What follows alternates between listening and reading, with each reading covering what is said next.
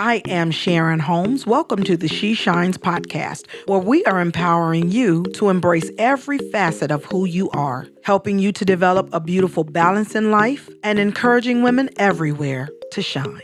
You can follow the She Shines podcast on iTunes, Google Play Music, YouTube, Spotify, or wherever you tune in to your favorite podcasts. Get in on the conversation. Join the sisterhood at facebook.com/groups/She Shines podcast. So get ready. The She Shines podcast starts right now.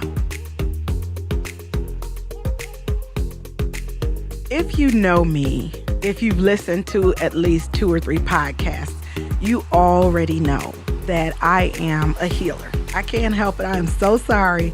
But if you've ever been in pain, you really cannot stand to see someone else go through that same pain or similar pain and not at least try to help them. And that's why on this podcast, I deal with real issues because we live real lives. And to be honest with you, our lives are not perfect. At least I know mine is not perfect. And I really, really have a huge heart for women. It's just a part of my DNA. I think that part came from my mother. It's just a part of my DNA. It's because I believe that our similarities as women will always outweigh the differences that we have. We might be different colors. We may enjoy different things, but at the core of who we are women. And what affects one woman affects all women, whether we are personally dealing with it or whether someone we know is going through it. It's those similarities that bind us. We all know someone who is experiencing something that is less than optimal. And I think at the core of who I am, there's a part of me that just wants to heal that. And if there's a chance that I might be able to heal it, I am all over it. So that's just the first part of who I am. I'm just a healer. I can't help that part of me. But then after that, the part that I've learned is I am an advocate for women, because the first thing is that advocate, what you seek to do is, number one, empower people. So look, where are you now? Where do you want to be? And I want to be that cheerleader that helps to get you where you want to be. That's how I advocate for just people in general, especially for women. And then my second goal as an advocate is to just kind of support you, help you to figure out how to get from point A to point B. I know I might not know it all, but if I can support you in your journey, let me help you find some resources, something. We've got to get you from where you are to where you want to be. But the most important thing that I've learned in being an advocate is that you have to learn to create more advocates. Basically, you have to teach other people how to help people. And that's how we bring about ultimate change. And so as a healer and as an advocate, I think it's necessary for me to address a very sensitive topic. It's very sensitive, but it is very necessary. And even the thought of it causes pain a little bit. It brings shame to so many people and sometimes makes people feel hopeless. It's a complex issue. So I'm going to tell you right out at the start, there are no simple answers to what we're going to talk about today. As a matter of fact, as soon as I felt compelled to even broach this topic, my insecurities, my inadequacies began to crop up. Someone reached out to me. They inboxed me. I did not know this lady. She inboxed me and she goes, "How are you?" She told me that she enjoyed the encouragement that I put out on Facebook. And she says, "I'm in a situation where I just had a baby 3 weeks ago. And my relationship is not a good one. He hits me." And I'm stunned because I'm on Facebook just, putting out the positive vibes that I want to receive back. And then here I have this person that I absolutely do not know, never met, don't know from Eve, inboxes me with this super huge, super important situation. And I did not know how to handle it. What do I tell her? How do I encourage her in this situation that I've never personally been in, but I've been in pain and I know that my emotional pain can't compare to her physical and emotional pain? What do I do in this situation? when that happens to me, when I go to do something and I automatically feel inadequate or I feel like this is too big for me, it kind of gives me a signal. And I talked about this on a few earlier episodes. When you're on the verge of something great or something that really has the power to help other people, then that's when your fears, your self-doubt, your insecurities will show up to try to dissuade you. Because sometimes these things show up to stop us from opening a door that's going to ultimately help somebody else. And because it showed up, because I did not feel like I was able to help her, because I had all of these self-doubts, I knew, you know what, we got to talk about this. This is a conversation that we need to have. How can we heal something if we're not at least first able to open up and talk about it? How do I do that? And I knew that it was something that I needed to talk to you ladies about, but how do I do it? I'm still largely in the same place. I don't have a lot of experience with it, but guess what? I've got help. So I called on a friend. I called out the big guns today to at least help me to start the conversation, because I wanted to create a safe space, kind of remove some of the stigma and stop pretending. Stop pretending that domestic violence does not impact me because I may not be experiencing it personally. I wanted a place where we could talk about it, because unfortunately somebody who's listening right now, yes, sister, I see you right now listening. You're going through this right now and you're looking for somebody to speak to a situation that you haven't even been able to find the courage to tell someone about. And so this show is for you. This show is for everyone else who feels like me, who wants to help, who wants to be that ear, but does not know what to do, what to say, or where to go. Because in the very least, we have probably met somebody or seen someone or know someone who has been in a situation like this. So I have called on Miss Tonia Garnett to help me to give domestic violence a black eye. Welcome to the program, Tonia. Thank you for having me. Glad to be here. So Miss Tonia is the founder of Kimmy G Foundation. It's a great foundation. And I'm just going to open up and let her fly for a minute. Tell us a little about Kimmy G Foundation and about yourself. I have an MSW from Loyola. I'm a fitness coach. I'm also a counselor. I'm a certified domestic violence professional in Illinois. And I have my certification in trauma-conscious yoga. I started Kimmy G Foundation back in 2006. I lost my youngest sister, who was in a relationship for 5 years, to domestic violence. And it was one of those things that happened right under our nose. Wow. Right under our nose. And so from that day of losing her, I felt like I had to educate myself. So when Kimmy G first initiated, it was a source of information. I was going to churches. I would be at whatever resource table available to share information for people, because I didn't want it to happen under anyone else's nose. And then it became, I think like you, I got an inbox, someone asking for services. And I think from there is when I started counseling.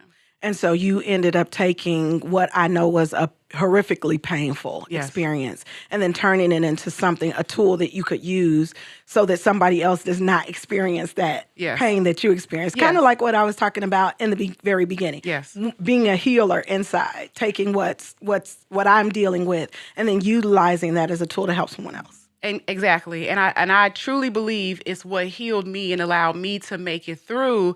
And so I wanted to do that as I reached out to other people, even if it was contacting someone to put out an article that I found reached thousands of people that, hey, we planted a seed of information. That's huge, actually. And I think we all on some level want to do that. As a matter of fact, if you're listening right now, drop a comment and tell us if you've ever been able to take and make your vehicle of pain an opportunity to help somebody else, because we're all into this together and we are all trying to help one another. At least that's what I believe. So I am going to turn Ms. Tonia loose in just a second, but I want to take a moment to kind of put some perspective on this. I want to kind of set it up a little bit. When I think about domestic violence, I think the tendency for some people is to see a helpless woman who is underprivileged and who may not have a lot of resources or things like that. And that's the type of woman that this happens to. We look at situations that occur and we try to figure out in our heads what happened that allows this person to be in this situation. And I want to say that by my estimation, I've noticed a few things, and I'll definitely let Miss Tonia give her perspective on this because, again, she's the expert. But I've noticed a couple of things, and I think that there are some things that are very common that might contribute to that. So one of them that I've noticed is the mentality, what happens at home stays at home. And I do understand that there is a certain amount of privacy that needs to surround our relationships with our family. Everything is not meant for social media. Like, you can't put everything out there. So I definitely get that. But then on the flip side of that, it almost seems like that creates a situation where if something is going on at home that needs to be told, then I can't do that. What do you think about that? Have you seen that? I've seen that in so many cases as it relates to mental illness, as it relates to, especially to domestic violence. And a lot of times the children are left, traumatized of what they've seen and can't say. Mm-hmm. And women, very strong women, because like you said, there's not a stereotype. It reaches all socioeconomic status, every neighborhood, every educational level. And so it's strong women or women who are seen as strong become weak and silent. And what we call in the field, the silent cries of women because they're too ashamed to say anything. Mm-hmm.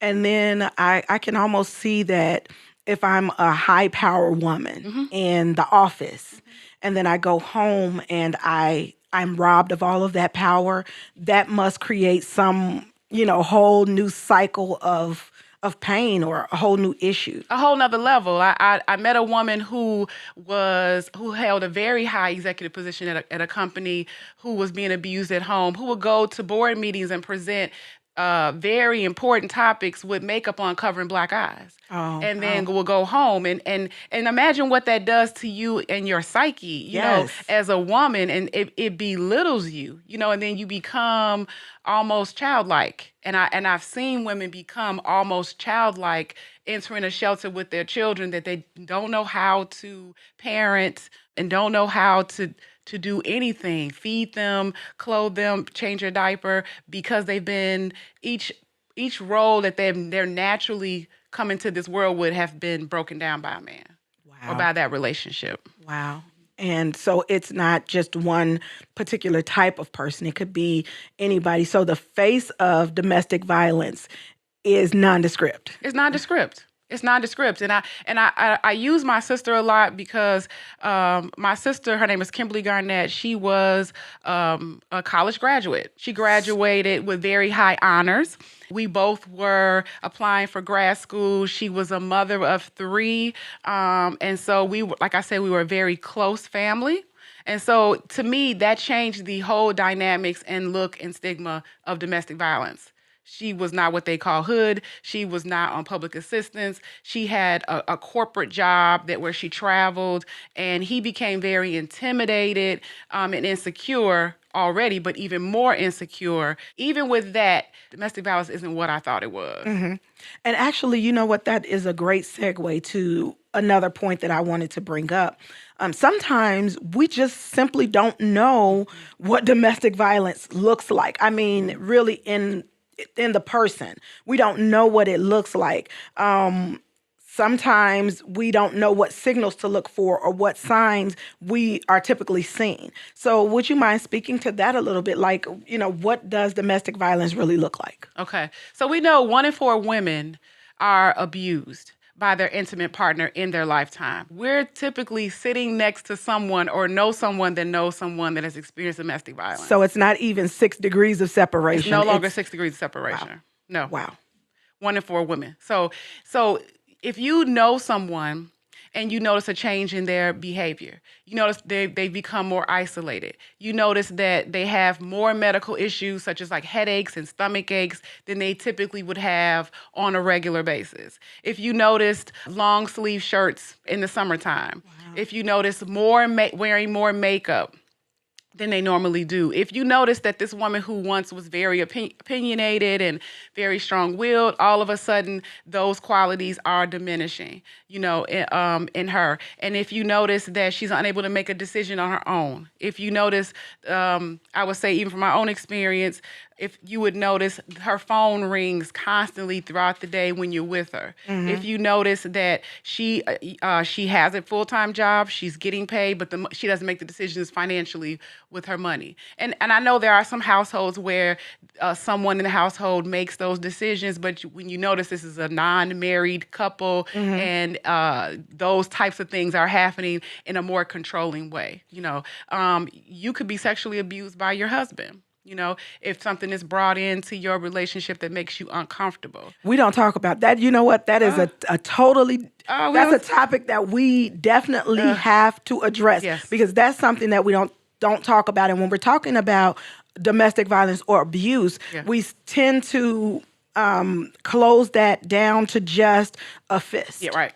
But there are so many ways you can be abused and disenfranchised within a committed relationship. And one of those is bisexual violence. I mean, I know it would take us probably 2 hours more. That's a whole nother show. But it's a whole nother show. So you have to come back and do that show. Okay. But that is so true. And I was listening as you were talking, and it sounds like to me some of the clues for us are changes in behavior. So whereas this person maybe they used to be independent, but they're starting to lose some of that. Mm-hmm. Whereas they may have used to been able to make decisions for their money, you're noticing a change in behavior. Right. Because I know everybody's relationship is different, and there are some marriages where the man makes the decision. Yes. I understand that, and I won't knock anyone else's way of life, but if it represents a drastic change, then maybe we should pay attention to those sorts of things. Mm-hmm. And then the other thing that I was thinking as you were talking is, it may not look different to us as outsiders, or maybe not even to the person who's in the situation, because maybe this is how my family was. And so I don't recognize domestic violence as domestic violence, or we just get physical sometimes. And this is a way of life. Yes, and that's true. And so, and because of what and I don't want to say dysfunction they grew up in. I don't want to use the word dysfunction because it could have been a functional family. But in that, even that dysfunctional becomes normal. And a lot of times, we know that domestic violence or the violence itself is a learned behavior on both ends. So the perpetrator has watched it in their home, it is experienced to them, and while they're growing up, and then the victim, she has witnessed it in her home. She may have experienced some kind of physical or sexual abuse as she was growing up. Mm-hmm. So, or she may have watched her father be the more domineering, controlling factor, and the mother being more docile, or maybe being more verbally abusive. And so that has become the norm for how they have grown up. I used to say that it's a lot of fatherlessness that has really brought on domestic violence, or women choosing those types of partners. But I'm finding that that's not necessarily so. I think it's more of the dysfunction in the home, or how the home is operated. Mm-hmm. And I think we talked about this earlier, Sharon, all of the things that we have dealt with, that we've placed upon our children, or the things that we have not healed from. Mm-hmm. I think it's creating this type of environment, or allowing this type of things to be put upon in our relationships. Yeah, and it's important to factor in culture into the conversation, because, and I'm not saying that it's that every ethnicity has not faced their own turning point. But as African American women the dynamic is a little bit different. African American women have had to step up and be strong women in certain instances. And so it is difficult then to share that me, with my strong Black woman persona, is now experiencing something that makes me feel weak. Right. And I think also we we as Black women, we put on our Superwoman cape. Yeah. And we've watched maybe our grandmother or our great grandmother sort of put up with certain things and from her husband that we think like we wouldn't put up with that. Or they've allowed certain things to happen to transpire until grandfather died. He was an alcoholic. He may have been verbally abusive. He may not have been emotionally available, but he came home. So great grandma, she put up with that. Or she felt like, to keep my family together, Yes. this is what I have to do. And I will step in and fill all the gaps. And so for us watching as little girls, then we think like, okay, well, the goal is family staying together. Okay. And so we will put up with what we have to put up to maintain our household and maintain a household for my children. And so we end up with this notion that we have to self-sacrifice to the extreme just to keep this value, the value that, and I think that's a conversation that we need to have as well in conjunction with this, is the values that our children are seeing in us. What they're seeing is valuable to us, because ultimately that's what's going to teach them what to value. So if we're looking at situations that are less than optimal, to the point where it is detrimental to your physical and emotional health, and when we see people staying in those situations, it may be teaching the children that you are not as important as this unit. And so even if you are being degraded, even if you are losing yourself, you've got to maintain this unit. And then the other part of that is that sometimes, and I would imagine that there is something that drew you to that person, and to the point where you may have fallen in love with that person. And so now, whereas I would normally be able to walk away if we just went on 2 dates, now I'm in love. And so now when I leave you because of the physical pain, here starts the emotional pain. And I think that's where if we go back to the being an advocate, I think we're all advocates. I think we all have a responsibility as it comes to stopping or ending the cycle of domestic violence. I think if we're not in a relationship, we know someone. If we don't know someone, we were in one, or we're coming out of one, or we know a perpetrator. I think we all have a responsibility. And I think we all have a responsibility to say something, but what we say is really important. So when you talk about love, and I have to first of all think, I can't judge. I cannot judge this woman. I have to listen to her. It's not me. So how I will respond is now how she's going to respond. Now, she's been in a relationship with this man for 5 years. And for whatever reason or however she have come to this conclusion, she loves this man. She's built a relationship with him. They have a child. They have a home. So my first instinct is to tell her to get out and run to the hills. But I can't do that. I can't do that. I have to she knows that, as we say in the field, she knows her situation better than I do. So she's the expert on her life. She's the expert on her life. I think with any situation, she's an expert on her life. I can provide education, information, and support in a non-judgmental way, and hope that she will come out. It's not that she's not strong enough. It's not that she doesn't pray enough. It's not that she doesn't have enough support. She just hasn't realized it yet. So our role as advocates in her life, even though we're not walking with her, we are to provide that information for her at any opportunity. And you said something that was really important, and it is our response. Because our response could be the difference between whether she is brave enough to say it to somebody else, or to keep talking to us until she gets the help that she needs or gets strong enough to be able to make the changes that she needs to make. And that is really important for me, that we create a culture and we create an atmosphere where if I'm in this situation, I won't feel judged if I come to you and I say, you know what, Miss Tonia, I'm tired of trying to cover this up with Mac. Mac only goes so far, and here is what's really happening in my home. Yeah. And if I don't feel that I can do that and receive and embrace and love, then guess what? I'm being abused twice.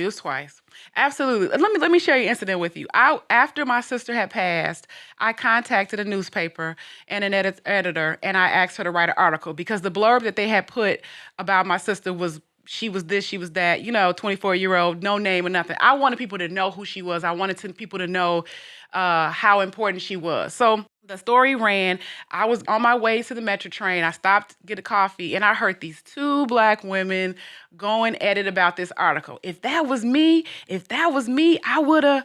And I'm like, we are always so quick to respond in what we think because what we've had to put up with. Yes.